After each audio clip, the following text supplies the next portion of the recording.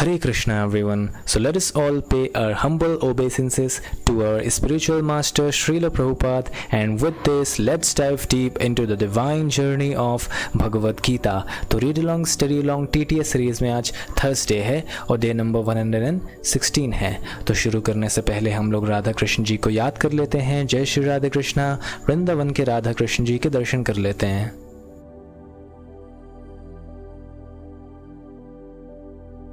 हाँ जी, तो हम लोग चैप्टर 3 पढ़ रहे हैं, अध्याय 3 कर्मयोग, और इसमें आज हम लोग श्लोक नंबर 11 पढ़ेंगे, जो कि कुछ इस प्रकार है। देवान् भावयतानेन ते देवा भावयन्तु वः परस्परं भावयन्तः श्रेयः परमवाप्स्यथ।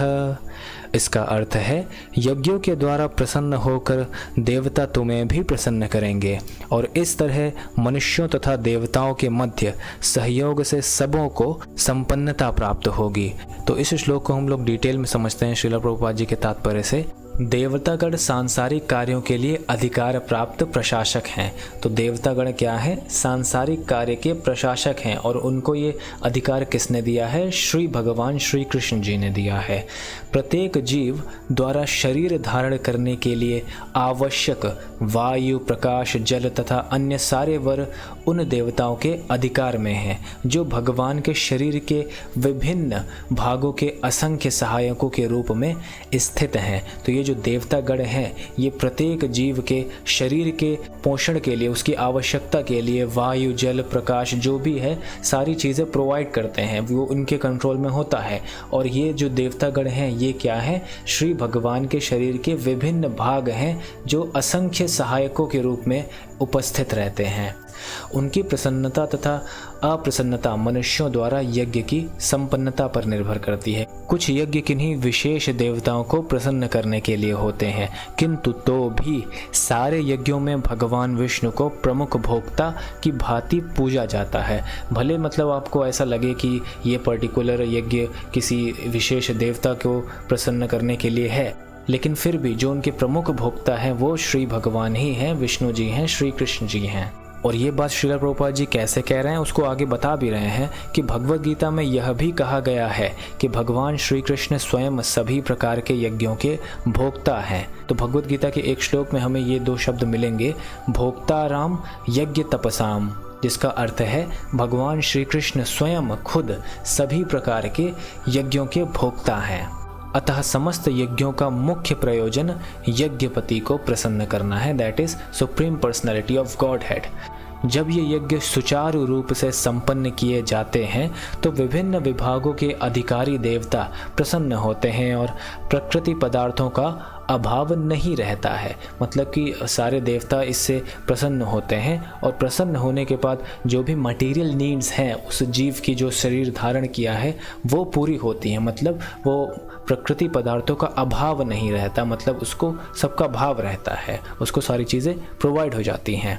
यज्ञों को संपन्न करने से अन्य लाभ भी होता है। तो अभी प्रकृति पदार्थ का अभाव तो नहीं रहा, लेकिन ये बॉडी के लेवल पे हुआ। सोल के लेवल पे क्या है वही यहाँ पर आगे श्रील प्रभुपाद जी बता रहे हैं कि यज्ञों को संपन्न करने से अन्य लाभ भी होता है, वो है जिनसे अंततः भव बंधन से मुक्ति मिल जाती है। तो होता क्या है, यज्ञ करने से हमारा कॉन्शियसनेस लेवल इम्प्रूव होता है, क्योंकि हमारे चित्त का जो कॉन्टामिनेशन है, हमारे हार्ट में जो कॉन्टामिनेशन है वो दूर होती है। और ध्यान दीजिएगा, यज्ञ का मतलब सिर्फ यही नहीं है कि जो हवन कुंड वाला हो, स्वाहा वाला हो, ये सब हो, वो नहीं। Chanting of Hare Krishna is also a यज्ञ, और ये टॉप मोस्ट यज्ञ है जो कि इस कलयुग में प्रिफर्ड है, क्योंकि इस कलयुग में बाकी सारे तरीके के यज्ञ करना पॉसिबल नहीं है, क्योंकि इतनी प्योरिटी है ही नहीं आज के ज़माने में। यज्ञ से सारे कर्म पवित्र हो जाते हैं, जैसा कि वेद वचन है, आहार शुद्धो सत्व शुद्धि, सत्व शुद्धो ध्रुवा स्मृति, स्मृति लंबे सर्व ग्रंथि नाम विप्र मोक्षः। इसका अर्थ है, यज्ञ से मनुष्य के खाद्य पदार्थ शुद्ध होते हैं, और शुद्ध भोजन करने से मनुष्य जीवन शुद्ध हो जाता है। तो यज्ञ से क्या हुआ, खाद्य पदार्थ शुद्ध हो गए, और खाद्य पदार्थ जब शुद्ध हुए, उसका सेवन किया, शुद्ध भोजन का जब सेवन किया तो मनुष्य का जीवन ही शुद्ध हो गया। और जब जीवन शुद्ध हुआ, आगे लिखा है, जीवन शुद्ध होने से स्मृति के सूक्ष्म तंतु शुद्ध होते हैं, और स्मृति तंतुओं के शुद्ध होने पर मनुष्य मुक्ति मार्ग का चिंतन कर सकता है। तो जब जीवन शुद्ध हुआ तो हमारी मेमोरी शुद्ध हुई, मतलब हमारा माइंड शुद्ध हुआ, हमारा सबकॉन्शियस माइंड शुद्ध हुआ।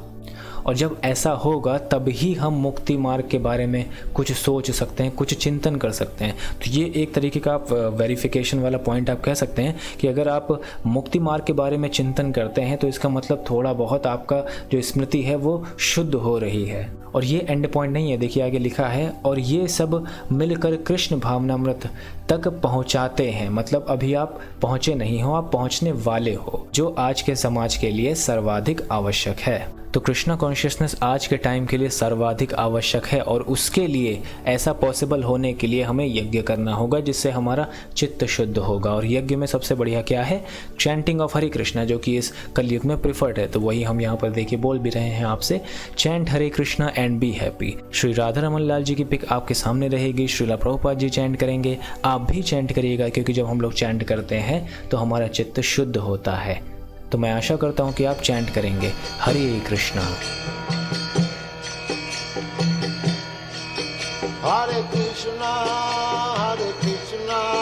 कृष्ण कृष्ण हरे हरे, हरे राम राम राम हरे हरे। हरे कृष्णा कृष्ण कृष्ण